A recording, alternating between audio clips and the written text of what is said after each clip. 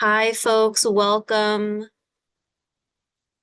I'm going to give everyone another moment or two to log on.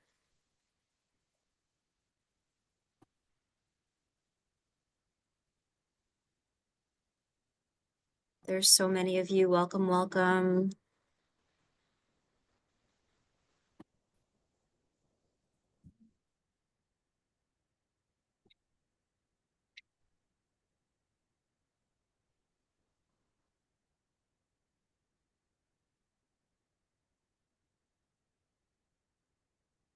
All right. Well, hi, everyone. Thank you so much for joining us. My name is Gianna. I'm the head of reference here at the Chelmsford Public Library.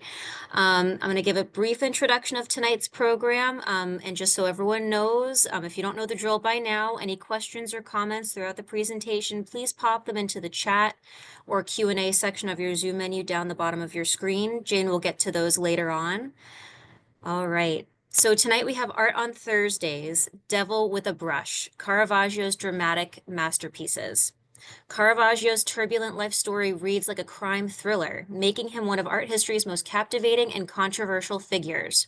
He was a revolutionary Italian painter of the Baroque era, as famous for his violent temper and criminal behavior as he was for his groundbreaking artistic techniques. Caravaggio's paintings reflect his tumultuous life with dramatic lighting and intense realism. The program provides an overview of the artist's life and his body of work. So our presenter tonight is Jane Oneail. She is a sought-after speaker, educator, and independent art historian. Jane curates and delivers engaging art appreciation programs through her company, Culturally Curious, founded in 2017. Born and raised in New Hampshire, she has worked at some of the state's most esteemed cultural institutions, including the League of New Hampshire Craftsmen, where she served as executive director, and the Currier Museum of Art, where she held the role of senior educator. So without further ado, I will pass it over to Jane to get us started. Thank you so much, Gianna. Thank you, everybody, for taking time out of your day to spend it with art, to spend it with me. I'm so humbled. I'm delighted you're here. Now you get to kind of kick back and indulge in some pretty incredible images and stories tonight, too, because Caravaggio just created these sensational paintings, and he had the scandalous life to match the paintings. So we'll see tonight how his work represents this dramatic departure from the Italian Renaissance.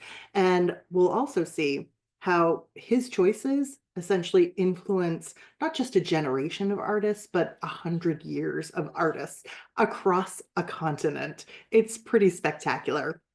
We will be getting back to this image on the screen in just a little bit, but I want to give you a sense in terms of how we'll spend our time together tonight. So our program overview here, another dramatic scene. I'll tell you a little bit about this one in just a second. We'll get started with an introduction to the Italian Baroque. And really to understand it, you have to see how it is a contrast to the Italian Renaissance. So we're going to do a little compare and contrast there. Then we'll turn our attention to Caravaggio. He had a short life, but man, there was a lot packed into it. And instead of spending all of our time talking about biography, I've picked out a few images to kind of give you the highlights reel. Then we'll talk about what makes his work so interesting and so definitive for the entire period of the Baroque: realism, his use of perspective, and his very shady crime scenes. And those tend to kind of, form a nice little parallel with his life there too. We'll wrap up with his influence and legacy.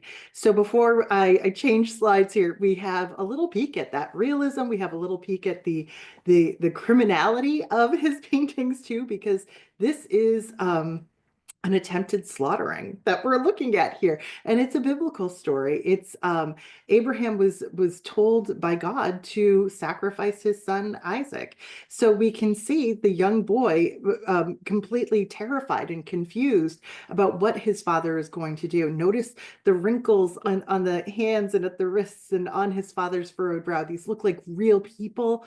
There's an immediacy to these works. You feel like you've walked into a dark alley and you've stumbled upon something you shouldn't see.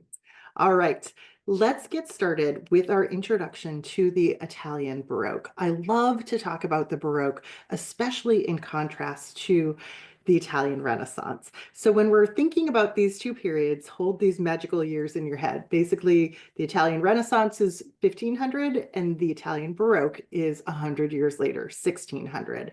So it's to our benefit to actually start off with these two sculptures. Caravaggio was a painter, but we're going to sort of get a fuller understanding of the Baroque by also looking at sculpture and a little bit of architecture too.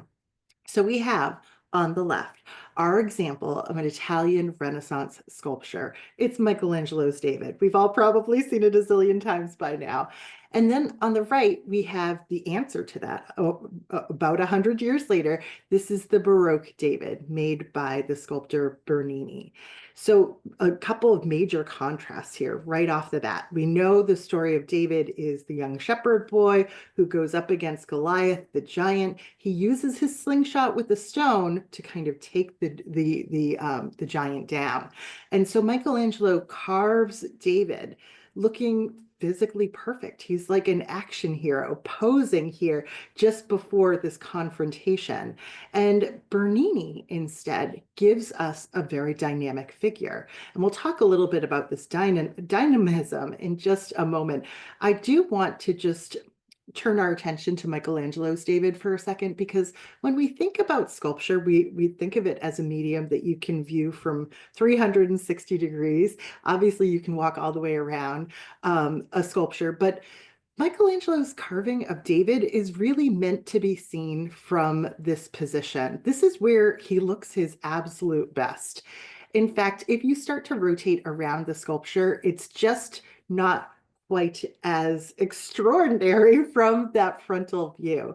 But by the time we get to the Italian Baroque, artists are thinking differently, and they want to engage their viewers in every way possible. So Bernini's David, this young boy with the slingshot who's, determined to take down this giant, Bernini's David is a sculpture that you have to view from every single angle. You have to walk around it to fully appreciate it, in order to see the look of determination on this young man's face, in order to see how all of the muscles in his body are taut, how he's torqued sort of like a spring here, and even the slingshot itself is pulled taut here.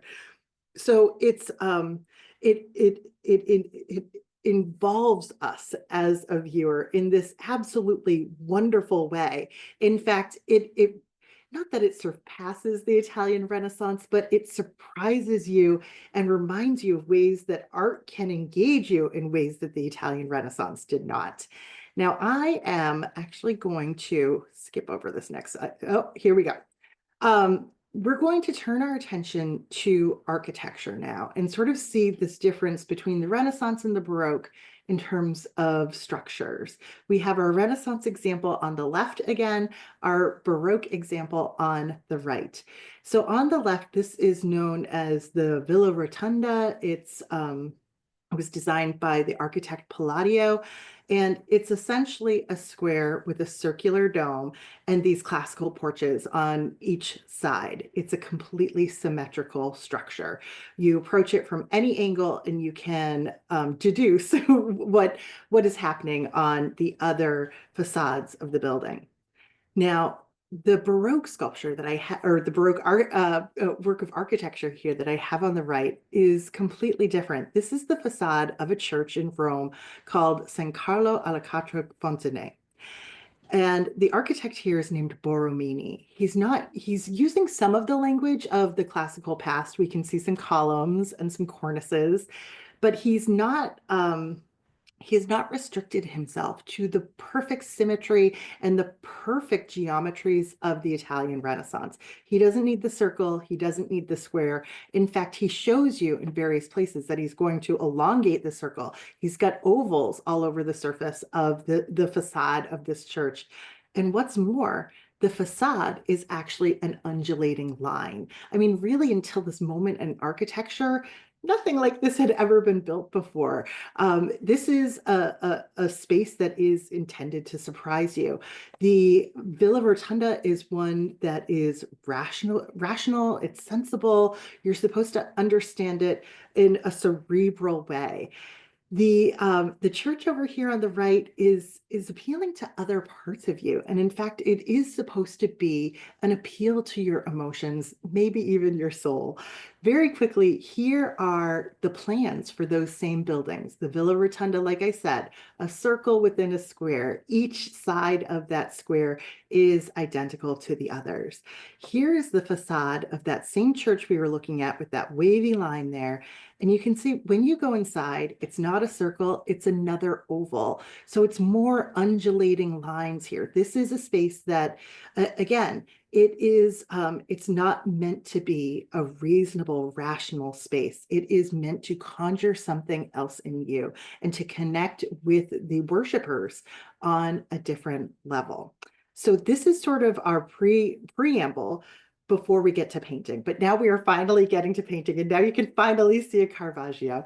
So I have Caravaggio here on the right as our example of a Baroque painting. And on the left, we have an Italian Renaissance painting by the artist Raphael. And there's so many things that we could contrast. We could probably spend a week contrasting these two works. But back in the Italian Renaissance, we can see through Raphael's example that there was a goal, there was an aim to try and render, especially divine figures, looking absolutely physically perfect. Divinity was translated to physical perfection. So our Madonna here looks like she could be on the cover of a magazine even today. She's absolutely picturesque, right? We also have a very stable composition. We have this pyramidal composition. Even the babies here, John the Baptist and the Christ child, formed their own pyramid within the pyramid. Now, these figures are sort of evenly lit. We don't see any real dark shadows here, but there's just enough shadow to suggest the three-dimensionality of their forms. We have these saturated colors, the beautiful red and blue of the Virgin's mantle, and then we can see way off into the distance, seemingly for miles, right? So we have this concept of a Renaissance painting. It's functioning like a window onto a world, a window that it makes you feel like you could step right into and experience yourself. So lots to contrast here with our first look at Caravaggio. So this is his painting, Calling of St. Matthew, from the year 1600. So roughly 100 years after Raphael. We've lost that even lighting. Right now, it's deep, dark shadows, just like a streak of light across the middle of the painting. And art historians refer to these shadows with the Italian term chiaroscuro, or because Caravaggio's shadows are so dark, they're almost black, sometimes this is referred to as tenebrism. What we see along with those shadows is such dramatic lighting, it almost looks like stage lighting in a theater in present day. I mean, obviously they didn't have spotlights back then, but that's the total effect. Art historians refer to that effect as the cellar window lighting. So you get the sense that you're, underground, subterranean, and there's just like this shaft of light that comes into many of his pictures. Now, before we saw the Madonna as idealized as could be, and here she is front and center. There's no questioning who is the most important figure in this painting. Now, in Caravaggio's painting, we have Jesus. He is actually supposed to be the most important person in this picture, but he is actually almost totally in shadow. And he just has like this little tiny hairline halo here that's very easy to miss. He looks like a regular man. There's not much here that makes him stand out from any other bearded individual in the room. So Caravaggio is kind of like bearing the lead with a picture like this. He's not using the same formula for storytelling as we saw in the Renaissance. We also don't have that nice stable composition that we saw here with the triangle and the pyramid. Instead, what we'll see in the Italian Baroque is a strong emphasis on diagonals. Here we have that shaft of light. it kind of breaks up this picture. There's a lot of empty space, a lot of negative space in the composition, but it also creates a little bit of dynamism that you wouldn't normally see in a Renaissance painting. Now, there's something else happening with Caravaggio's painting here, which we'll see again and again in his pictures, and that is a very shallow pictorial space. Essentially, it feels like we're watching a play with a stage set right behind it. Instead of seeing a landscape that goes off for miles, instead, we're in this tight, compressed space. We are in that cellar, right? So Caravaggio has really upended all of the rules. And part of this is because we are now entering the Protestant Reformation and the church's counter-reformation. So the Catholic Church has to speak to the masses in a whole new way. And they discover Caravaggio and his particular talent for reaching the average person. So I want to tell you a little bit more about this painting of the Calling of St. Matthew, because this is a picture of a religious conversion. It is literally the light of God shining on like a tax collector who in this moment, it suddenly understands Jesus and is being converted. So we can see Jesus's hand is just sort of lazily lifted up here. He's not even fully articulated that finger to point at an individual, but we do see this man here facing the light and seemingly pointing at himself, like this is the moment of his religious awakening. Art historians even debate which one of these figures might be Matthew. It could be this older gentleman who's still counting the money, who doesn't yet realize that Jesus has walked in the room. Maybe he's actually pointing to the guy next to him. It's fun to kind of have those debates, but we can see that that Caravaggio uses light in a really powerful way in his pictures. Oftentimes the light is telling us where to look and what's most important, as opposed to a very stable composition. Now, one last interesting connection between Caravaggio and the Italian Renaissance from 100 years earlier is that his name was actually Michelangelo de Caravaggio. Caravaggio, in this case, is sort of like Vinci. It's where he was from. It's this tiny little town. And if you remember our Leonardo program from a couple months back, people find it sort of ridiculous sometimes if you refer to Leonardo da Vinci as Da Vinci, because it's literally just saying of Vinci. It's from that town. But for some reason, it's perfectly fine to refer to Caravaggio as Caravaggio, even though it basically means the same thing. But his first name was actually Michelangelo, which creates this nice tie back to Michelangelo himself.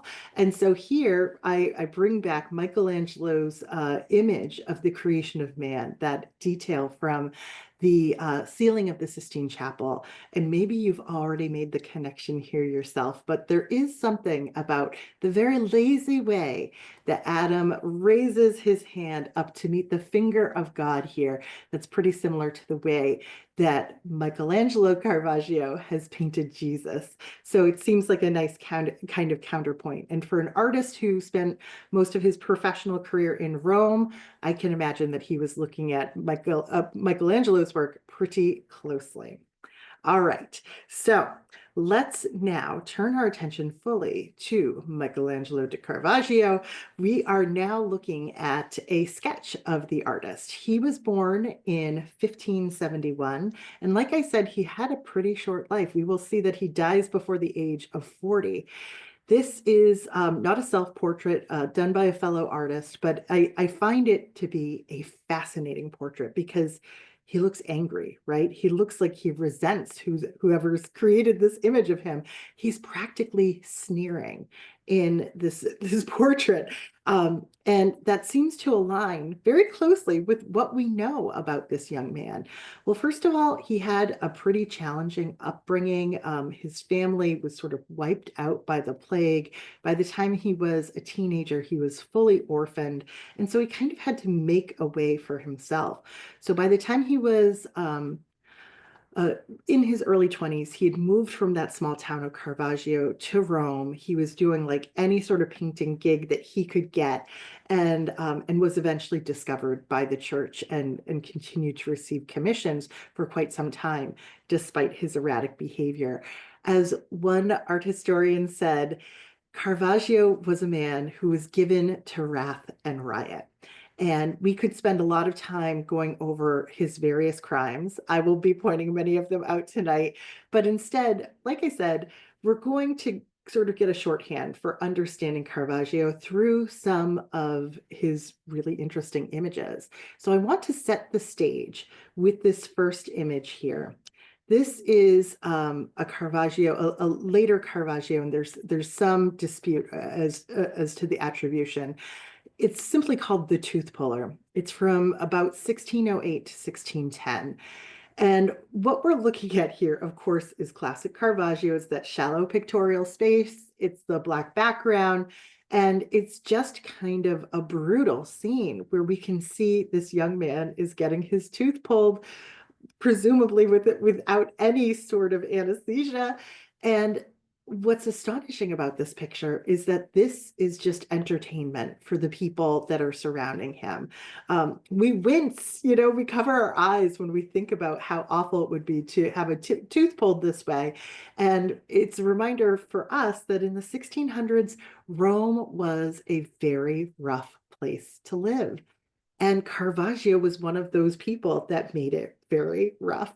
He essentially was the leader of a gang, and he had a reputation for working very hard on his paintings for about 2 weeks and then spending 2 months roaming the streets of Rome and sort of terrorizing people. We'll get into those details along the way. So first, life in Rome is rough.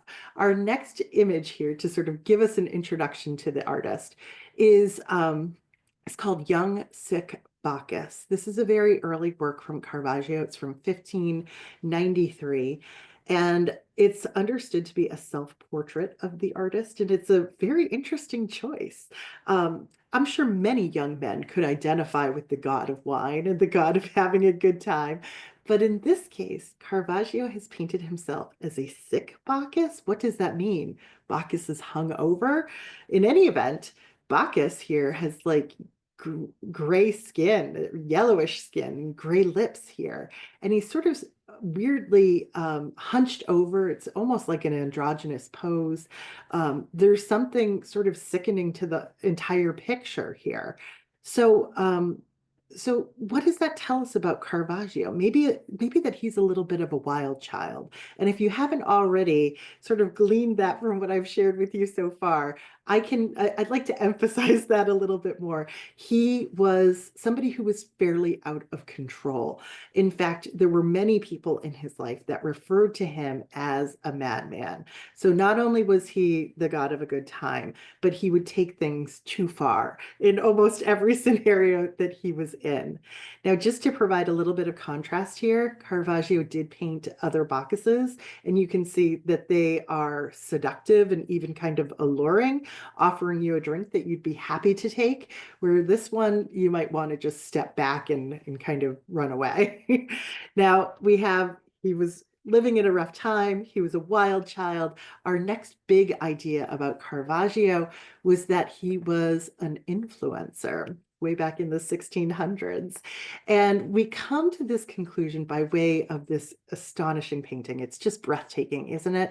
This is called The Taking of Christ from 1602. It's at the National Gallery of Ireland in Dublin. So I know some of my biblical stories best through Jesus Christ Superstar. So this is Judas betraying Jesus with a kiss, showing the essentially like the Roman police, the Roman guards, who Jesus was in this dark garden. This is, I believe, John the Baptist over here, who's kind of shouting out in horror.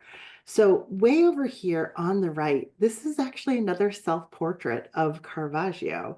He's holding this lantern, which actually isn't a light source in the painting, but he's like illuminating this betrayal.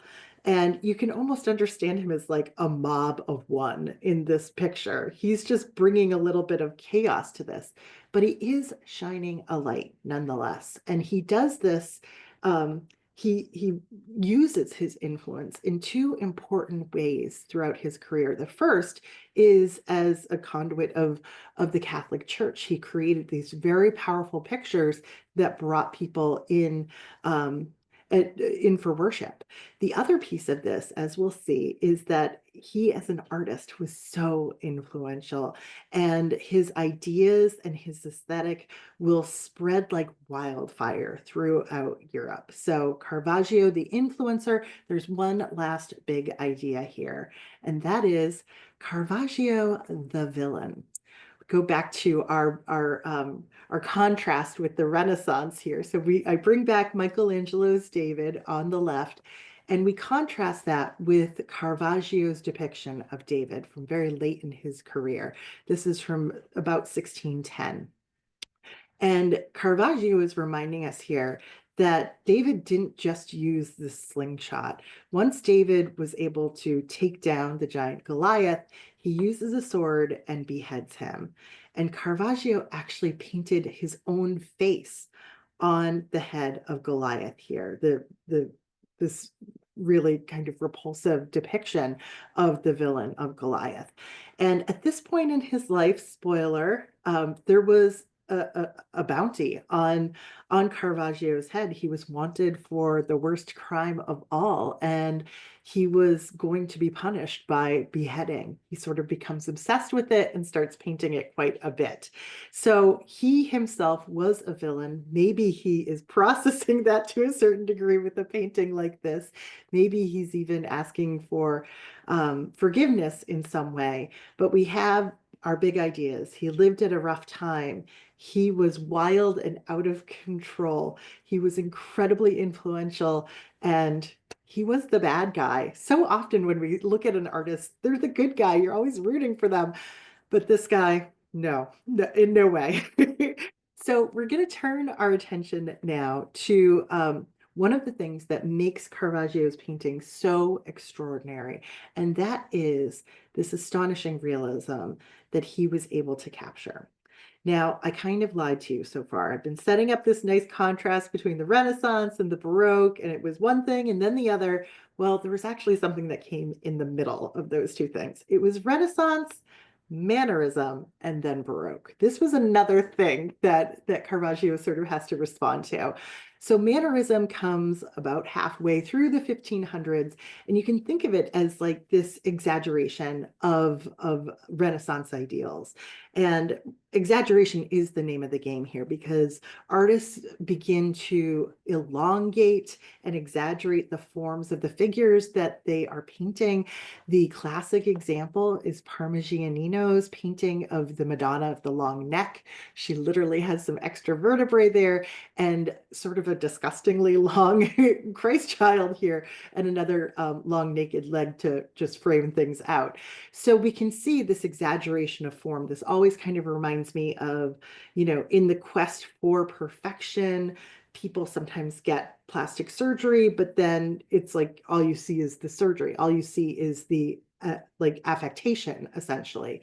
So we see that even with Michelangelo. This is a detail of the Last Judgment wall in the Sistine Chapel, and these are figures that are being pulled down to hell. And we can see Michelangelo is just summoning all of these muscles on these figures that don't actually exist on human bodies. So he's adding muscles. Parmigianino is adding vertebrae. Michelangelo is also putting these figures in really kind of wild, unnecessarily complicated positions. If you're going to pull someone down to hell, do they have to be like doing a backward somersault as they go down? So it's really all about affectation at this point. And I share all of this because Caravaggio effectively brings all of this back down to earth with a picture like this. And this is really kind of like a breakthrough work for him very early on in his career.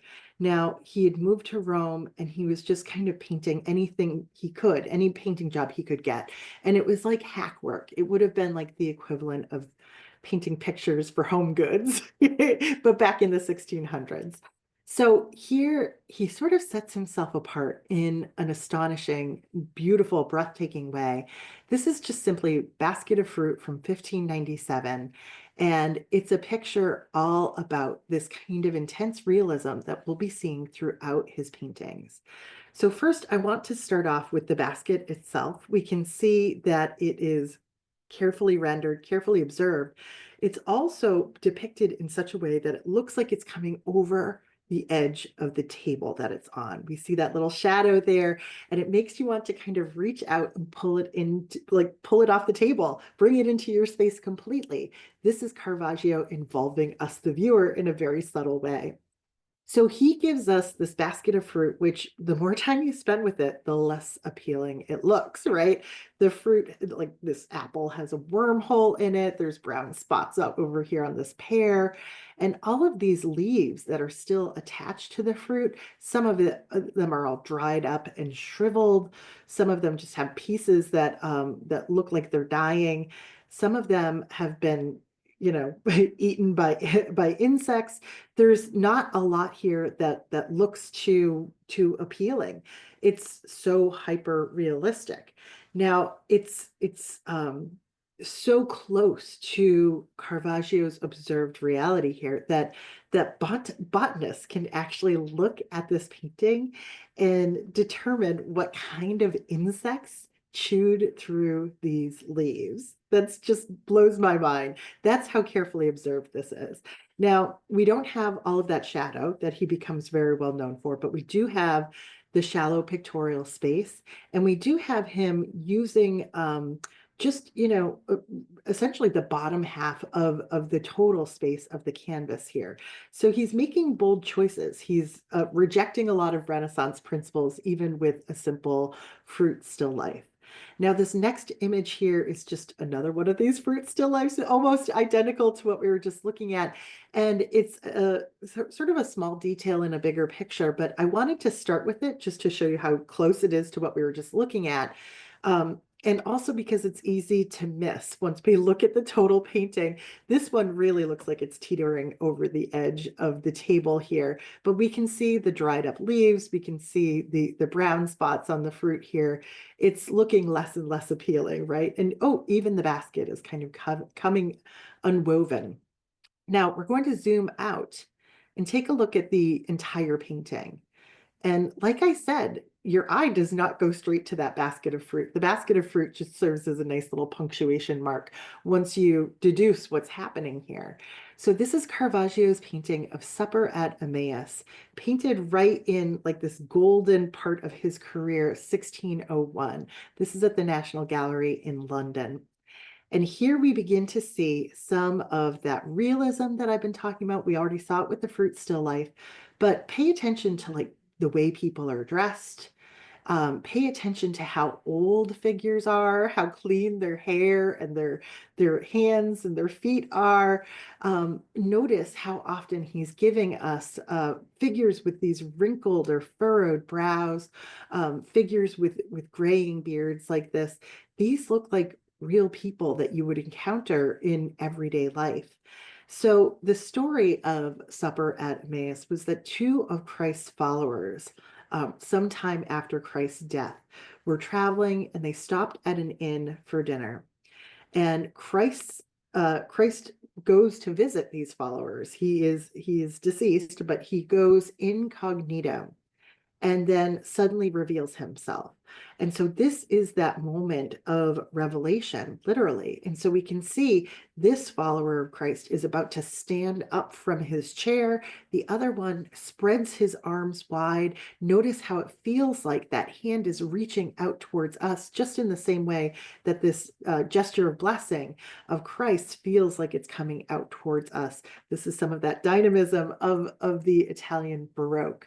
Now, Caravaggio painted Jesus as a young man without a beard. That's sort of the suggestion of his disguise, or how his followers didn't immediately recognize him.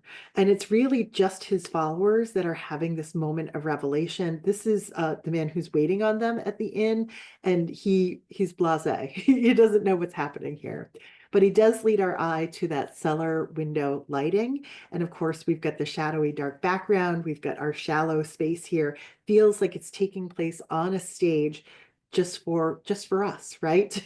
Brings us in with all of these lovely still life elements and the people that look so very real. So that realism extends to this next picture as well. This is the Pilgrim's Madonna, painted in 1604 to 1606. This is installed on the wall in a church in Rome, and it would probably be just over the height of my head. So maybe about 6 feet off the ground. So pilgrims, people who are going to that church to worship, they'd be looking up at this depiction of the Madonna, of the Christ child, and the people that traveled there to worship them.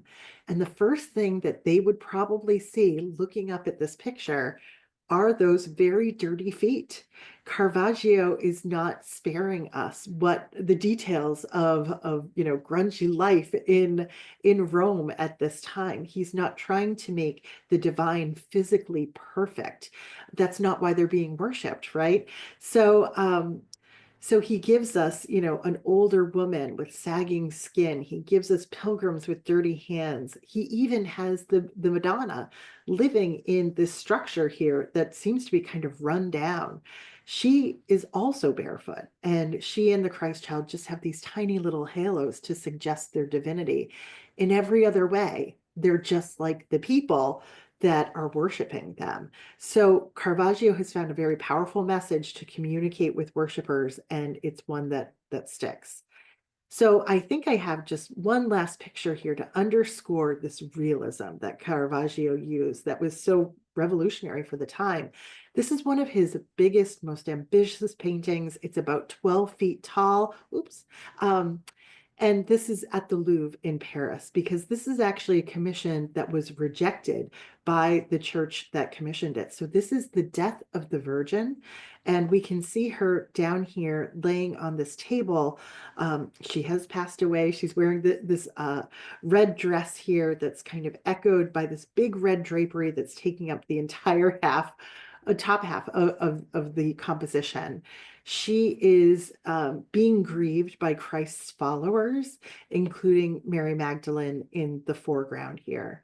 Now, he has not portrayed the Virgin, the mother of Christ, in a way that most people would expect. You would expect her to be, wrapped up in a shroud and looking kind of respectable. Instead, you see her exposed swollen ankles. You see that her dress has kind of come undone, her arms kind of like lolling out to the side, and her head's kind of lolling off to the side as well. I think her lips are just kind of parted too. Um, it's really an ungainly pose. It's not any way that any one of us would want to be memorialized, right? I mean, if somebody took a picture of you sleeping and you looked like this, you wouldn't want anybody to see that. So it's not a flattering depiction of the Virgin. That was one of the objections that his clients had when they looked at this. But the other was that there were, rumors about who actually was the model for this particular Virgin. And there were rumors that it was a prostitute that Caravaggio had been dating, also that it was a dead prostitute who had been pulled from the river. So just with the swirling rumors, all of that, this gets dismissed. Now, the other problem with this picture, particularly if you're Catholic, is that it doesn't subscribe to the Catholic belief of the Assumption of the Virgin.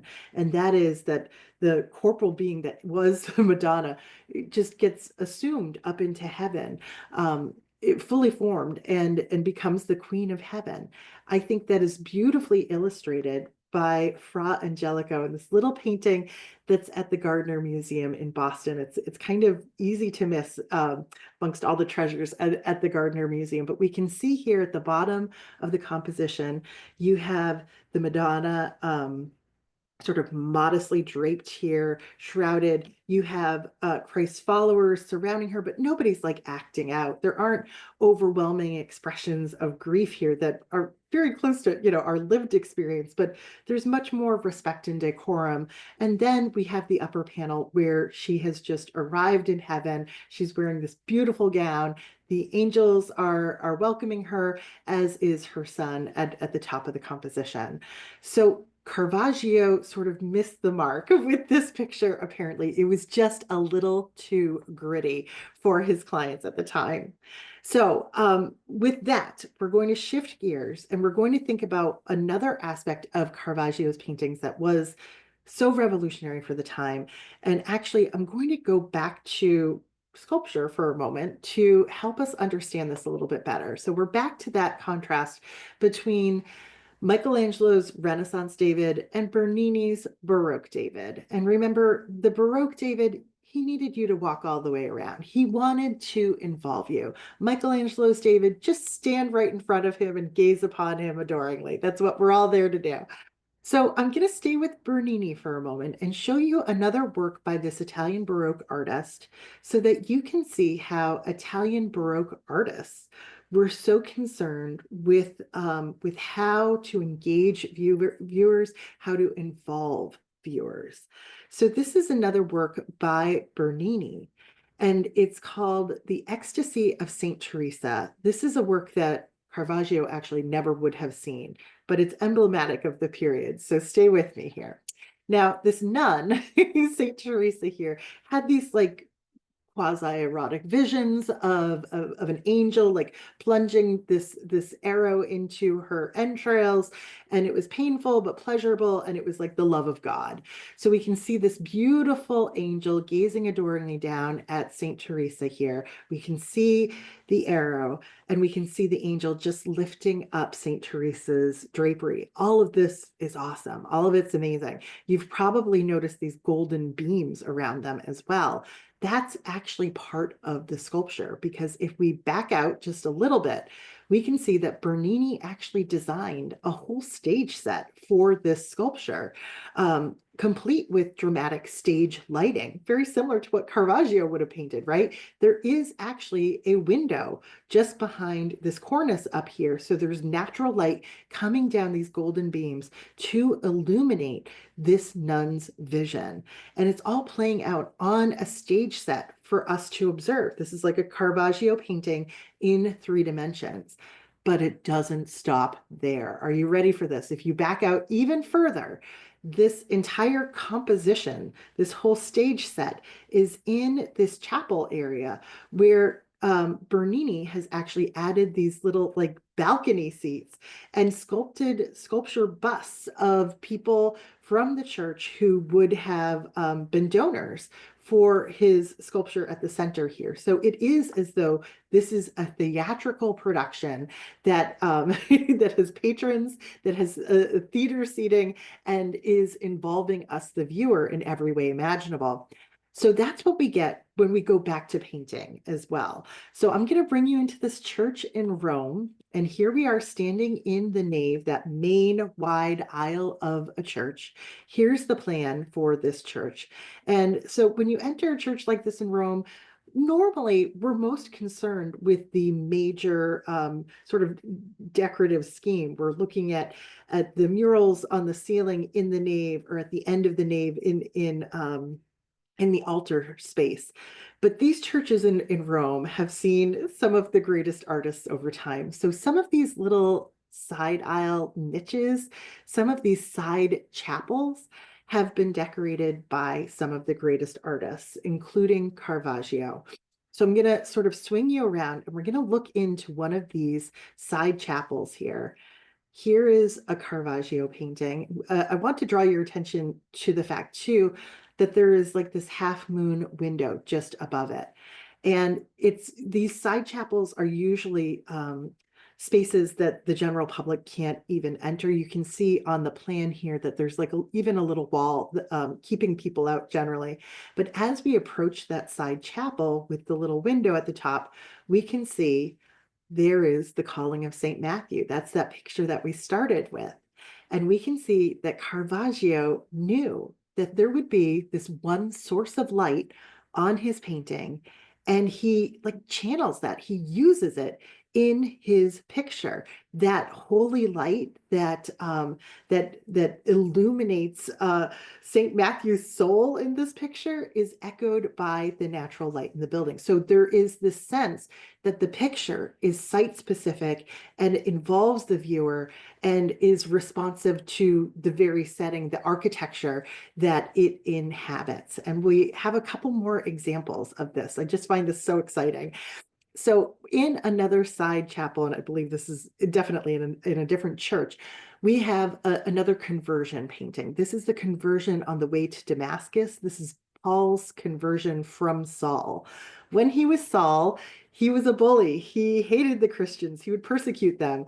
But as he's traveling to Damascus, he sees the light, literally, and converts to Christianity. And Caravaggio paints this with, again, this kind of spectacular light flooding in from above. Paul has just fallen off his horse.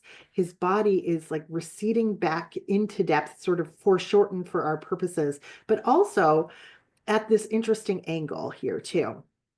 Um, it seems like it seems like his arms are wide, embracing this heavenly light. It also seems like he is in danger of being trampled by this horse, which is being controlled by this older gentleman here, who again looks like a working person from Rome. You know, he's got the furrowed brow, he's got the thinning hair, he's got the dirty hands and bare feet.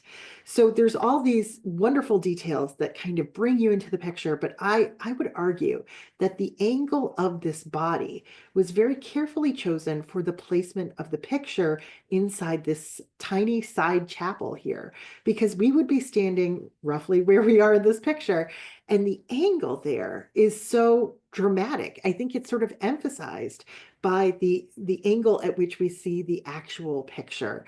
It brings us in, it makes us curious, it involves us. And Caravaggio does the exact same thing in the picture just opposite it. This is kind of a grisly picture here. This is the crucifixion of St. Peter, where St. Peter was unfortunately crucified upside down. It's so distressing to even think about anyone dying that way, but we can see him here responding to the wounds that he already has. We can see these kind of three anonymous figures who are struggling to put the cross upright. Again, notice the dirty feet, right? And we see Peter looking very much like an older man, you know, with the sort of loose flesh on his abdomen, the furrowed brow, the soft gray beard here. So there's this realism that makes, I think, the brutality of the scene so visceral. But we also have these strong diagonals here, the diagonal of the cross, and then also this diagonal sort of shift of, or I should say, this diagonal line really that's created by the legs of this person at the bottom and sort of continues up through Peter's face. So when you look at this picture in situ, on site, those strong diagonals again lead you into the painting. They are emphasized in the painting by the angle at which the viewer would see the picture. It's really smart on the part of Caravaggio. So just to give you a sense in terms of the size of this particular side chapel here, and if you're standing right there at the center, how these strong diagonals really bring you into those compositions. Here's just a little bit further out. I mean, they'd be easy to miss. Maybe some of you have even walked through this church and missed the Caravaggios there. So I have one last site-specific Caravaggio for you, and this is the Entombment of Christ from 1603. This is in another church. I believe this is in Rome. And what we have here, of course, are the mourning followers of Christ who are about to lay his body to rest after the crucifixion. We have the three Marys expressing grief in three different ways. We have these very realistic followers of Christ that are holding up his body. And then this very stark contrast of the white linens and the white flesh of Jesus's body with this shadowy, dark background. Caravaggio involves us in the scene because these figures are standing not really on a tomb, but on this cut stone that comes out at this angle into our space. So we sort of get the sense that they're about to lay him down on this cut stone. It's almost as though it was an altar. And Caravaggio, in fact, painted this picture to function as though it is behind an altar, because in this particular side chapel in this church, this is the spot where the priest would bless the Eucharist. So as he holds up the Eucharist and says, "This is the body of Christ," this is the very understanding of transubstantiation, the notion that when you take the Eucharist, when at a Catholic Mass, that you are eating the body of Christ. And here is Caravaggio showing us the followers of Christ laying him down on that altar to become the Eucharist. It's incredibly smart. It's incredibly powerful. So he knew how to involve his audiences. He knew how to play off the architecture of the spaces that he was there to adorn.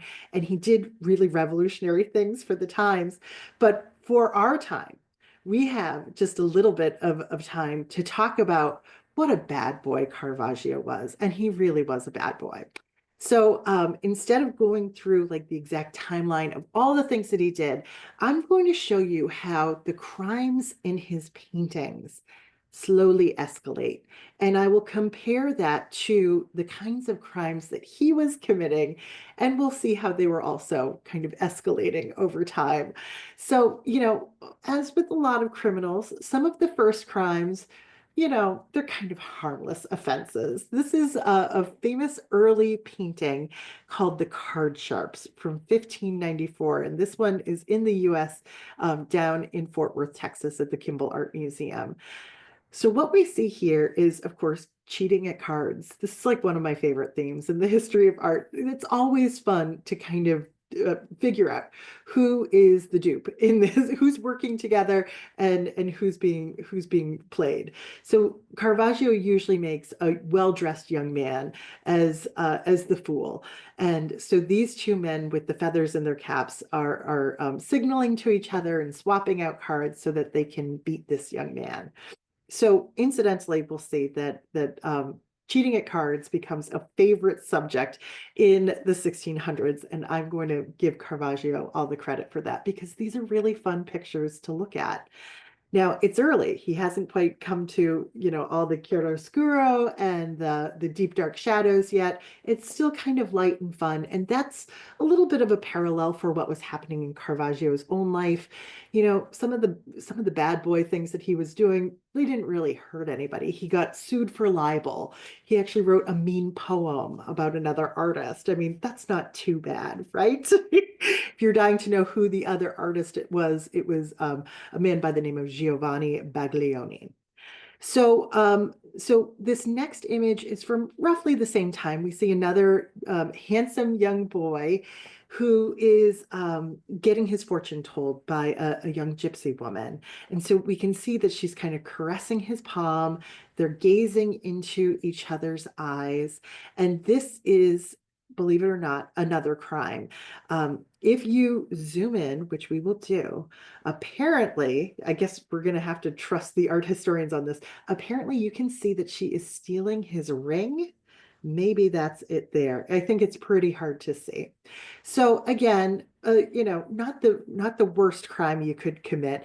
And in terms of a parallel to Caravaggio's life, I'll just give you a sense that he was getting arrested for things like swearing at a constable.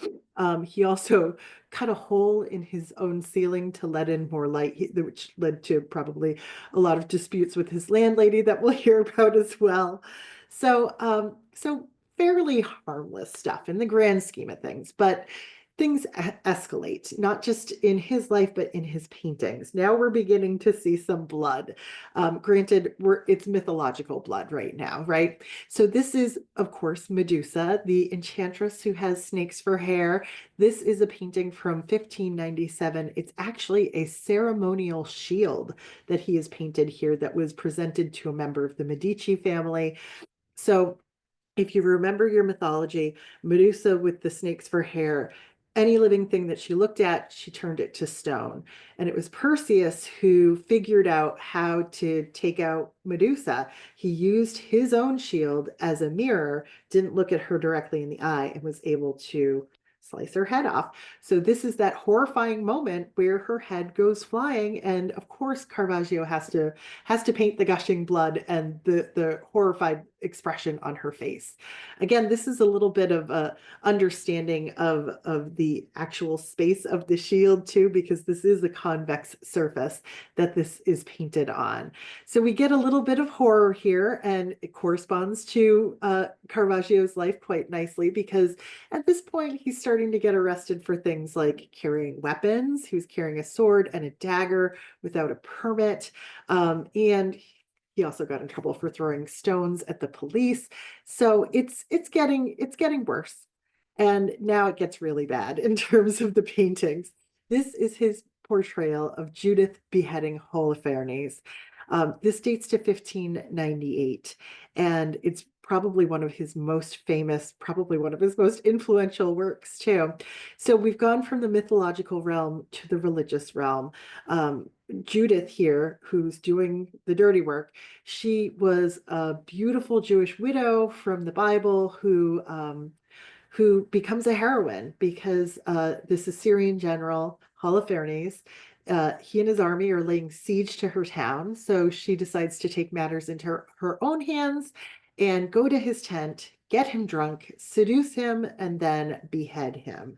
And of course, Caravaggio is going to show the bloodiest moment of all.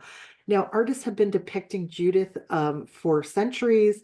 Most of the time, they just show a really pretty lady with a sword, sometimes with a head, but never really in the act. And the act is horrifying, right? She's holding on to his hair. He's like, mouth wide open. We can actually see his head separating from his body. It's a dark scene, and it's a brutal one. So Caravaggio takes us right into the action here. And of course, this is what was happening in his life too. He was arrested multiple times for assaulting people, including a waiter, a guard, and a rival. And in this case, that assault against one of his rivals ends up becoming a murder. So this brings us to one of Caravaggio's very late works, and sort of a culmination of everything in his life, a reflection on his body of work, and also on a life of crime. So after he ends up murdering this rival of his, he has to flee Rome. He has been sentenced to death. There's a bounty on his head. So he's moving around Italy. Every town that he goes to, he becomes the most celebrated painter there. But he is trying to escape the law, and certainly trying to escape other people who are seeking vengeance for the death of his rival. So he ends up on this tiny island of Malta. It's like very small, way out beyond Sicily even, and it's just in the middle of the ocean. And he's kind of got some protection from this order of knights on the island of Malta. And so he does this very large painting for them of the death of John the Baptist. So it's about 17 feet across, this painting. It's got, the shallow pictorial space. It's got a lot of that shadow that we saw before, a little bit of this light coming in, even though we're in an alley here. It seems like cellar window lighting. So John the Baptist in this painting has been pulled out of prison. Here's some other prisoners in jail. Here's the jailer with his keys.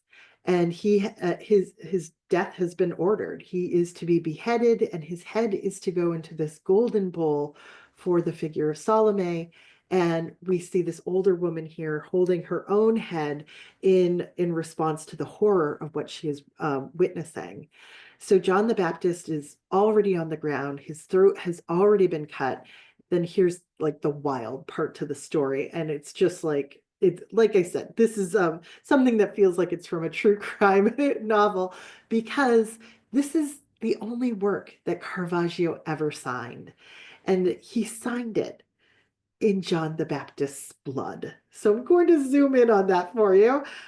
You can see that name of his, Michelangelo, here.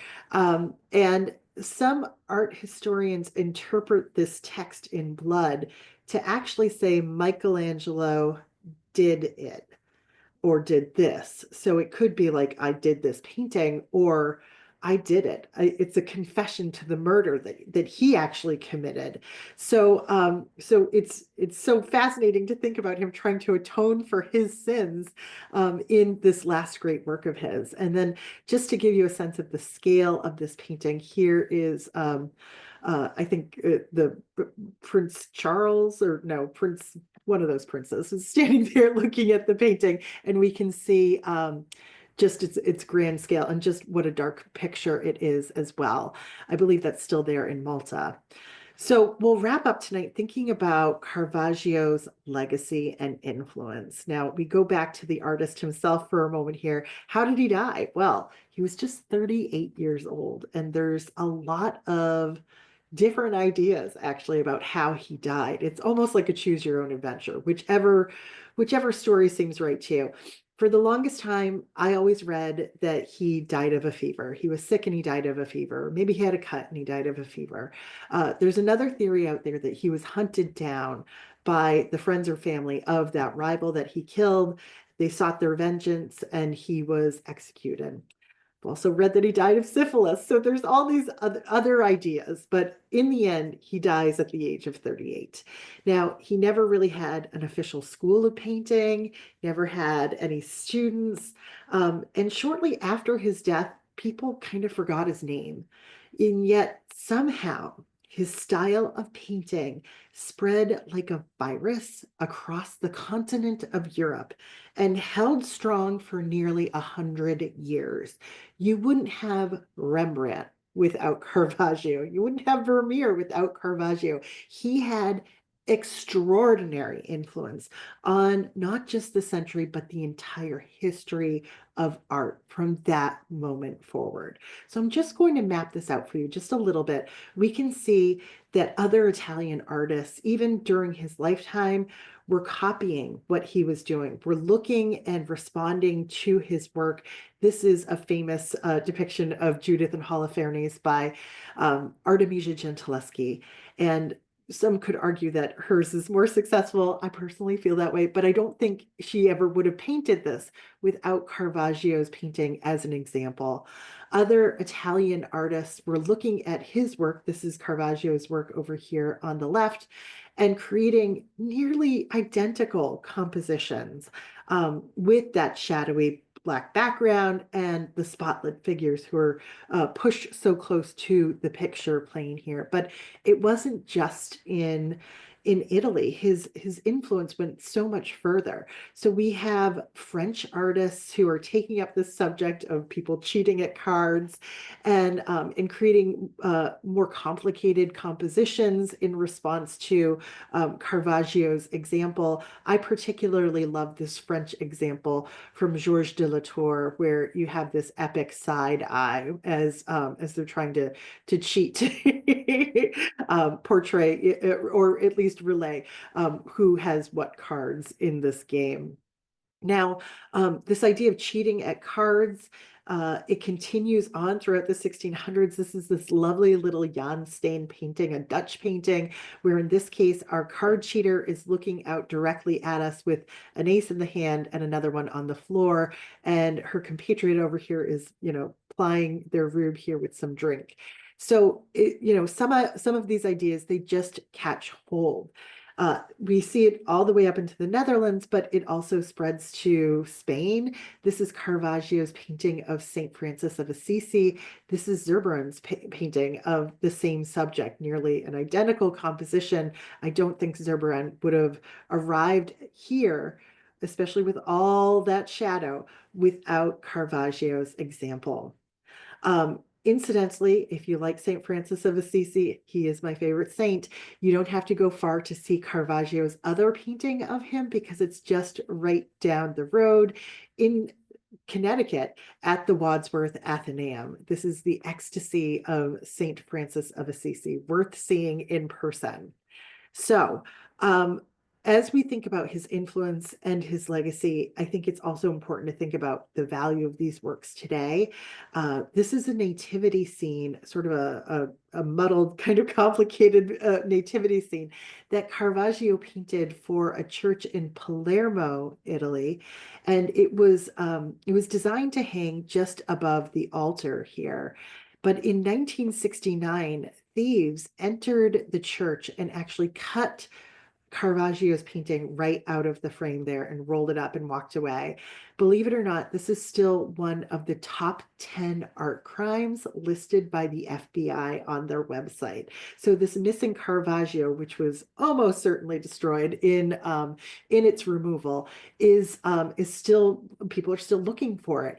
The FBI, I think, estimated that it would be worth $20 million. That is extraordinarily low. And maybe that's a reflection on the fact that it was likely so damaged.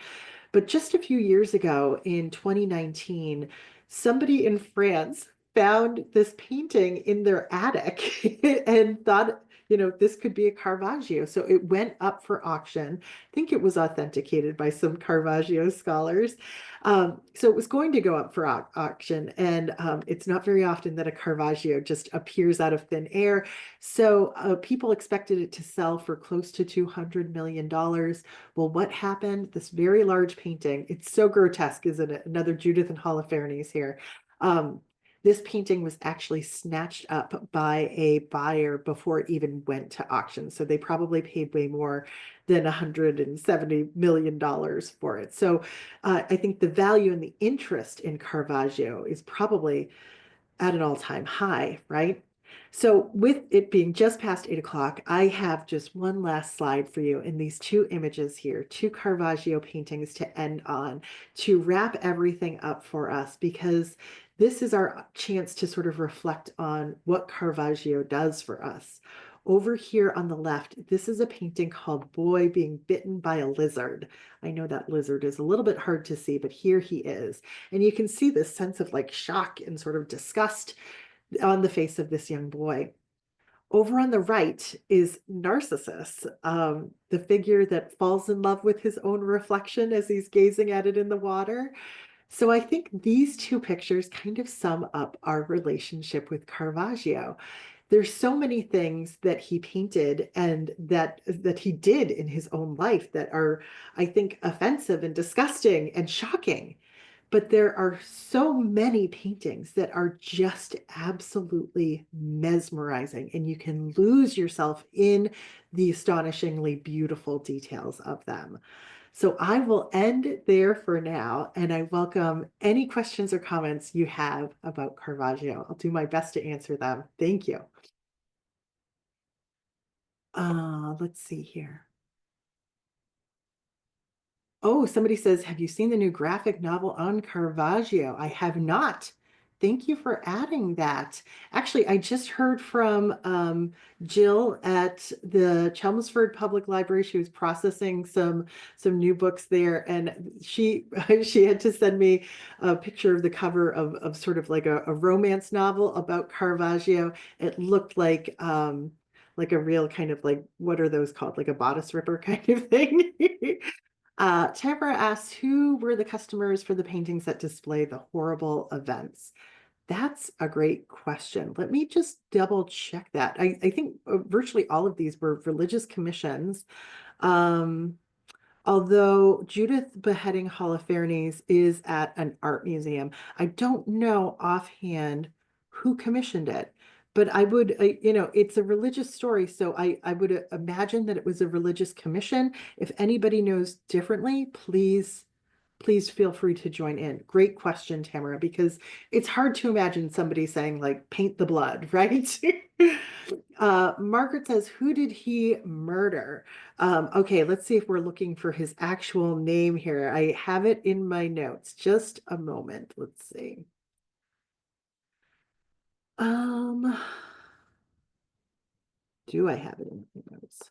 I should. I think it would take me too long to find it in my notes at this point. He stabbed his rival in a sword fight in 1606. His rival died from his wounds. He was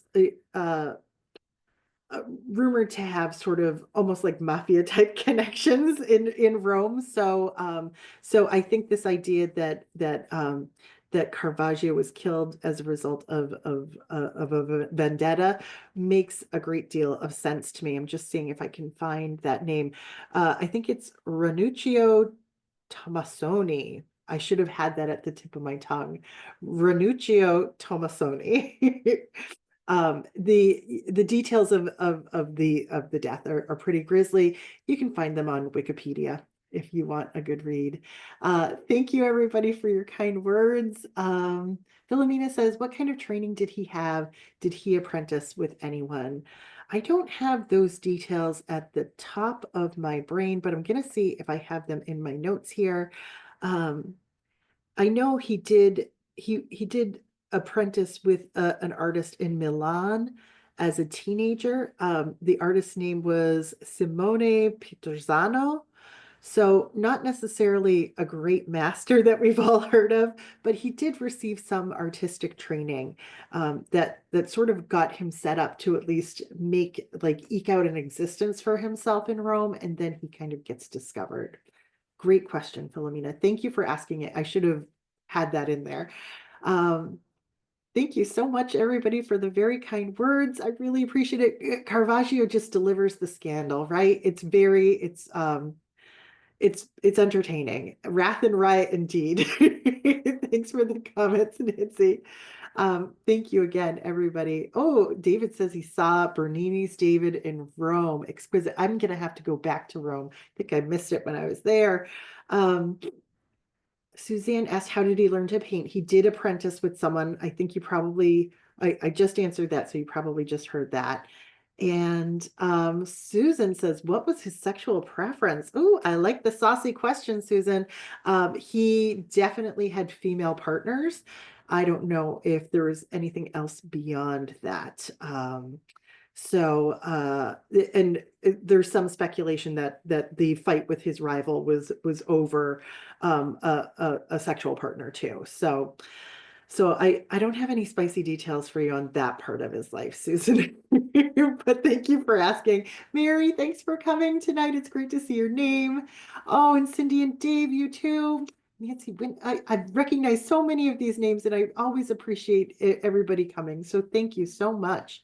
Um, okay, so let's see. I'm just trying to sort through for some questions here, and I didn't even look at the Q&A, but there's 19 questions there. Is the portrait in charcoal? Margaret asks. I believe that is a charcoal portrait. And I think she was commenting on uh, Mary dressed in blue and red. Judith says, which church in Rome are these paintings? Judith, if you send me a follow-up email, I can give you that information. I have it in all of my slides. We can craft your own little Caravaggio tour for you. But I'll spare everybody else with my horrible Italian pronunciations. Alice says, what religion was Saul before he converted to Christianity? You stumped me. I'm not sure. I'm gonna guess that he was a pagan, Alice, but it's just a guess. Judy Gross is here. Judy, thanks for being here. In the murder of John the Baptist, what is lying on the ground next to his left knee? Great question, Judy. Let's go back to that. It's like a little animal body, right? Well, it looks like an animal body. He wore like this hair shirt. So I'm imagining that's what that is. I'm so glad you asked that. Gil says, was it common for artists to know specifically where their works would be placed in a church or build ahead of time? It's a really good question. I mean, certainly Michelangelo knew with the Sistine Chapel, and I'm just wondering if other artists knew. I think they typically did. I think, well, I'm thinking of the great artists of the Italian Renaissance. They definitely knew where their pictures were destined for. So I have a good sense that Caravaggio knew that as well, especially when we think of like the lighting for St. Matthew and the lighting in that little side chapel. Like this is kind of unmistakable to me. Someone else asks, have there ever been objections to the displays of Caravaggio's work because of his crimes? I will tell you that there's plenty of people these days that object to looking at his works, even when I show them in reproduction. So I'm sure there have been plenty of objections over time. Um, I love Netflix true crime stuff. I can handle this, but there's a lot of people that, this just turns their stomach, and I understand it. And this is not how they want to spend their free time looking at really graphic, violent works like this. So plenty of people today still object to his works, but I don't think that people like object to his paintings being on display or like protest his exhibitions or anything like that. Are the two peaches and bunch of grapes on the table in Bacchus meant to represent male genitalia? JD, another spicy question. Chelmsford, you just don't disappoint. Let's go back to the fruit. Oh no, Bacchus, young sick Bacchus here. Here he is. I'm gonna say yes. It does seem quite suggestive, doesn't it? We all draw our own associations based on our experiences, don't we, JD? Thank you for your question. So most of his paintings were not signed. As far as I know, the only signed painting was that one of the death of John the Baptist at the end of his life. We've answered the question about his training. Thanks for kind words, David. How did he learn to paint? Yep, we've touched on that. Did he have a teacher? Yes. Did he have a wife? Children? No. Like I said, he was like involved in a gang, really. They had a mantra. Their slogan for their gang was basically no hope, no fear. It was pretty grim. So I think he frequented prostitutes, and that was how he found connection. So if people are really interested in Caravaggio, there's a really fun and dramatic and well done video by Simon Schama, who is, you can find the whole thing on YouTube. He just makes the whole thing so dramatic and really fun to watch. So it's called The Power of Art Caravaggio with Simon Schama. Why do you think Caravaggio would paint symbols pointing to proof of his atoning for his crimes? Maybe he was okay with living dangerously immoral, maybe. But you know what, Jan? I mean, great comment. And it's, great stuff for us to ponder. But I think he was pretty worried about being beheaded if he were to be caught. So maybe he was trying to process all of that in some of those last paintings. Somebody asked, do I give other talks? I give so many of them. Please go to my website, which is iamculturallycurious.com. I'll put that in the chat. And on the calendar page of my website are links to other live talks that I'm giving via Zoom. Some are in person, but they're all free. Adele asks, I had the impression that he was rejected by the church and his work was ignored for 300 years until an exhibit in Milan in 1951. I could imagine that the church got pretty frustrated with him. I mean, he was celebrated at least for a short time. But like I said, nobody really remembered him shortly after his death. I think he was just a problem that people wanted to go away at a certain point. And yes, sort of rediscovered years later. But that influence, what he did, it did still spread, even though it wasn't necessarily connected to him, which is kind of fascinating, right? Somebody else asked, didn't he throw food at a waiter? Indeed, he did. Artichokes. He was upset about artichokes and he threw the whole thing at a waiter. I mean, this guy, it's like he was made for Bravo TV, right? Jack, thanks for your kind words. Terrence says, oh, thank you for the kind words. And Vicky, prior to this evening, I was not a fan of Caravaggio. Oh, glad I could turn you around on him. And yes, we all have to go to Rome now and see all of these paintings in person. What's next for me? Oh, are you ready for this? Next month, we are in for such a treat. Okay, so I'm going to be doing a program on the Harlem Renaissance, and it's like where my head is at right now. The images are extraordinary and really delightful. So we will be looking at first I thought, oh, we're just going to focus in on like maybe 5 artists, but there's so many of them that we're going to do some themes, and I'm going to show you as many artists as I can. Such great paintings. It will be a treat. That's probably the last Thursday of next month, but you can see it sooner if you find the calendar links on my website. I debut it next week. Let's see. Nancy says, where can we see Caravaggio in the US? Hartford, National Gallery of Art, Fort Worth, Texas, at the Kimball Museum. And somebody said, was that a self-portrait in the lizard bite painting? Great question. You're probably onto something. It looked a lot like him, but it also looked a lot like all of his models, looked a lot like everybody that he painted. So maybe I could be persuaded.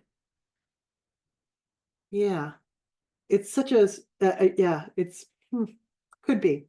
You never know. I like it. I like even being prompted to think about it. So I think we've gone through pretty much everything. And I so appreciate everybody's engagement with the artist and with everything I presented tonight. Thank you so much, everybody. And I think I get to end tonight's program. All right. So thank you again. I hope to see you next month when we look at the work of the artists of the Harlem Renaissance and its legacy. So it was a delight. Take care. Have a great night. I'll see you soon. Bye, everyone.